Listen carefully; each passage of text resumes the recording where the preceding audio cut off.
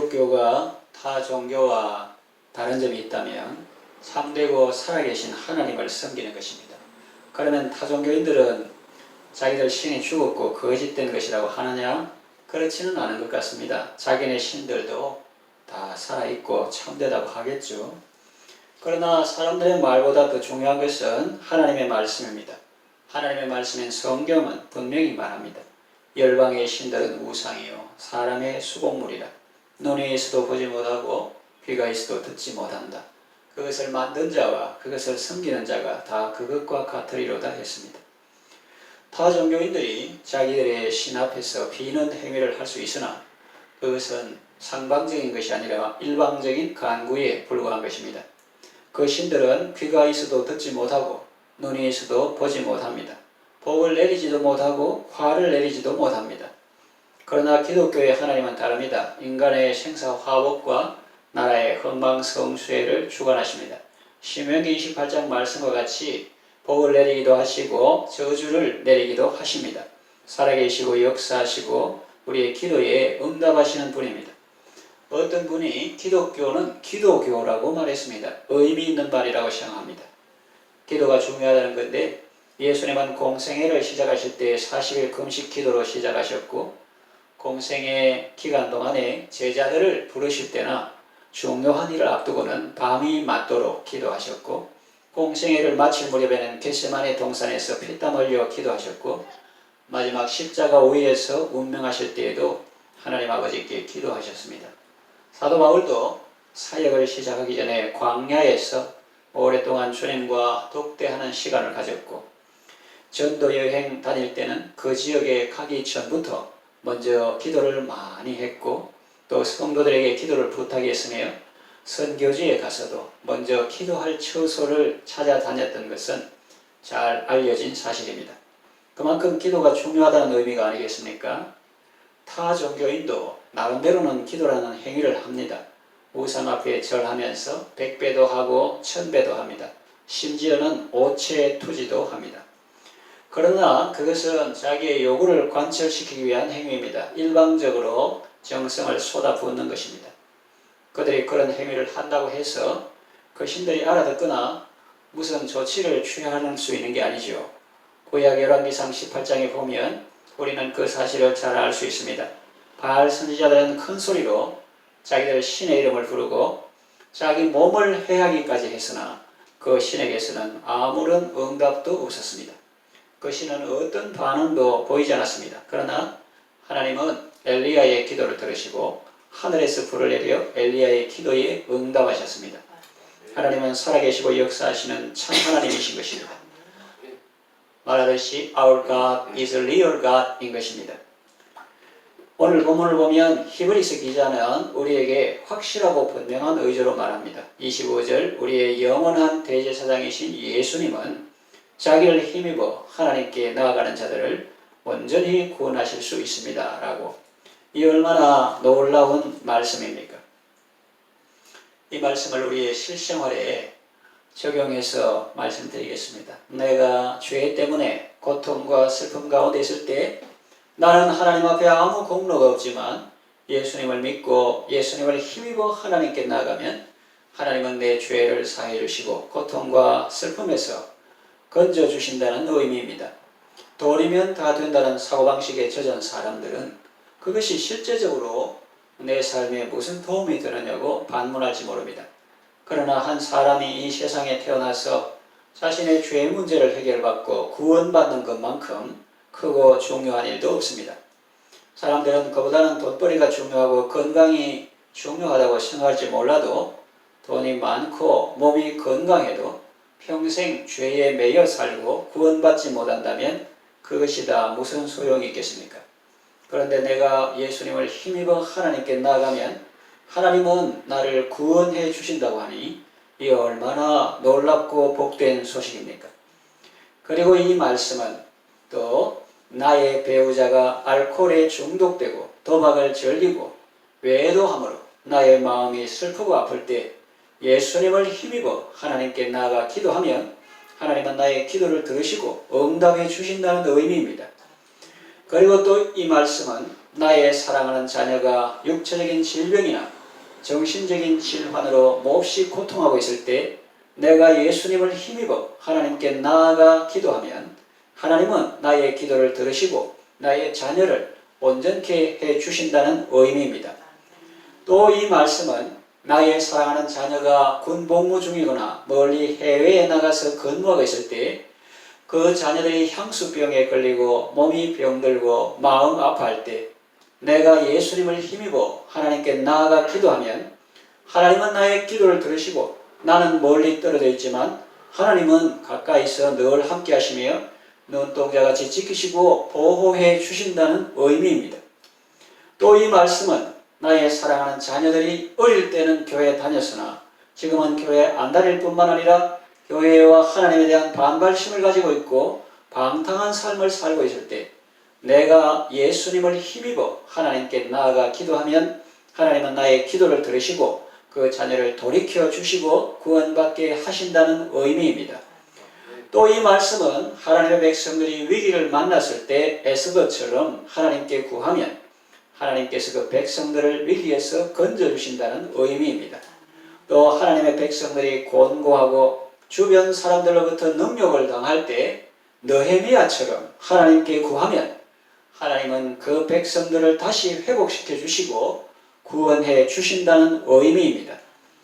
또 이 말씀은 우리가 해외에 나가 복음을 전하는 선교사님들을 위해서 기도하면 하나님은 우리의 기도를 들으시고 그 선교사님들을 위험한 상황에서 건져주시고 그의 영혼과 육신을 건강하게 해주시고 가정과 자녀를 지켜주시며 그 사역에 복을 주셔서 선한 열매를 많이 맺게 하신다는 의미입니다.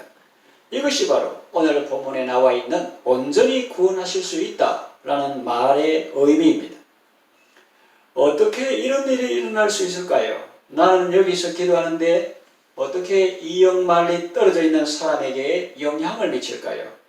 그리고 나는 그 사람의 치유와 회복과 구원을 위하여 아무리 힘쓰고 애써도 안 되는데 하나님은 어떻게 그를 치유하시고 회복시키시고 구원하실 수 있을까요? 내가 간절히 기도했기 때문이라고 생각할 수 있습니다. 그러나 그것 때문만은 아닙니다. 왜냐하면 이방신 섬기는 자들은 그것보다 더 간절히 기도하고 더 오래 기도하고 정성을 다해 기도해도 안 이루어지는 경우가 많기 때문입니다. 또 우연히 그렇게 됐다거나 운이 좋아서라고 생각하는 사람도 있을 것입니다.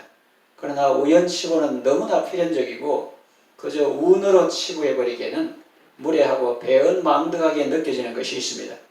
다시 말하면 뭔가 확실한 고리가 있음을 부인할 수 없다는 말입니다. 그러면 그 고리는 무엇입니까? 어째서 그런 일들이 일어나는 것일까요? 다시 말하면 우리가 예수님을 힘입어 하나님께 나가 기도할 때 어째서 치유받고 구원받는 일이 일어나는 것일까요? 답은 성경에 있습니다. 25절 하반절입니다. 이는 그가 항상 살아계셔서 그들을 위하여 간구하십니다. 그렇습니다.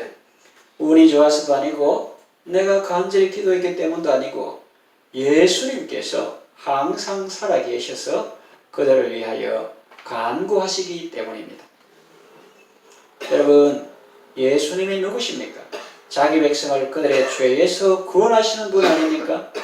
우리의 죄와 저주와 질고를 다 짊어지시고 대신 형벌 받으신 분 아닙니까? 자기 몸을 향기로운 제물로 하나님께 드리시고 영원한 속죄를 이루신 분 아닙니까?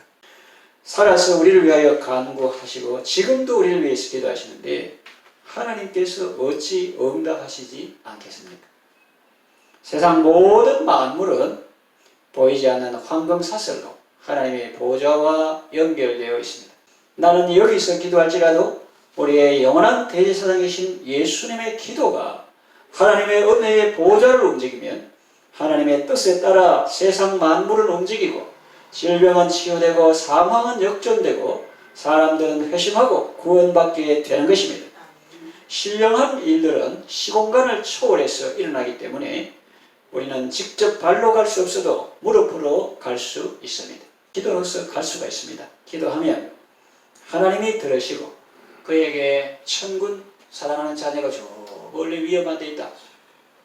기도를 들으시고 하나님께서 천군 천사를 보내주시고 또 그에게 돕는 자들을 붙여주시고 또 위로자들을 보내주셔서 그곳에 치유와 회복과 구원의 역사가 일어나는 것입니다. 이처럼 우리는 기도로서 하나님의 세계 경영에 동참할 수 있습니다. 우리가 온전히 구원받을 수 있는 근거는 우리의 영원한 대제사장이신 예수님께서 항상 살아계셔서 우리를 위하여 간구하시기 때문입니다. 이 사실을 명심하고 기도할 때 이 말씀을 소망의 줄로 꽉 잡으시기 바랍니다. 그러면 이런 치유와 회복과 구원의 역사는 누구에게나 일어나냐? 모든 사람에게 다 자동으로 일어나는 것은 아닙니다. 하나님을 부인하고 예수님을 조롱하고 모욕하는 사람에게는 일어나지 않을 것입니다. 하나님은 어떤 자들을 온전히 구원하십니까? 그 답은 25절 앞부분에 나옵니다. 자기를 힘입어 하나님께 나아가는 자들입니다. 그렇습니다. 구원하시는 것은 하나님의 일이요. 예수님을 힘입고 하나님께 나아가는 것은 우리의 일입니다. 아프고 힘들고 어려운 일이 있을 때 그냥 가만히 있는다고 치유와 회복과 구원의 역사가 일어나는 것은 아닙니다. 예수님을 힘입어 하나님께 나아가야 합니다.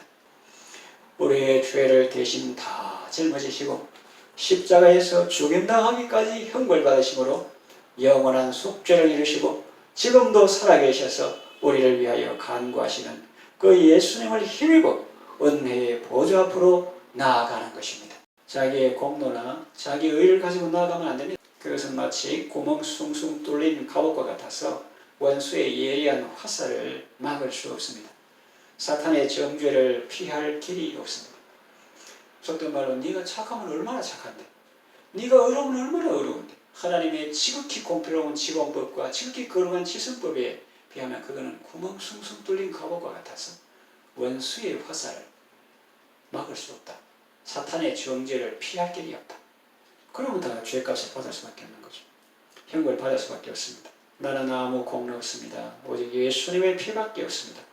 보혈의 공로를 힘입고 나아갈 때 하나님이 기뻐하시고 받아주십니다. 기도에 응답해 주십니다. 그러니 여러분 언제나 예수님을 힘입어 하나님께 나아가시기를 바랍니다. 세상을 살다 보면 아픈 때도 있고 슬픈 때도 있고 연약한 때도 있고 낙심될 때도 있습니다. 그러므로 때를 따라서 돕는 은혜를 받으셔야 합니다. 그때마다 때를 따라 돕는 은혜를 받기 위하여 은혜 보좌 앞에 담대히 나아가시기를 바랍니다. 예수님을 힘입어서 하나님께 나아가시기를 바랍니다. 그러면 하나님은 여러분을 온전히 구원해 주십니다. 이것은 예수님께서 항상 살아계셔서 여러분을 위해서 간구하시기 때문입니다.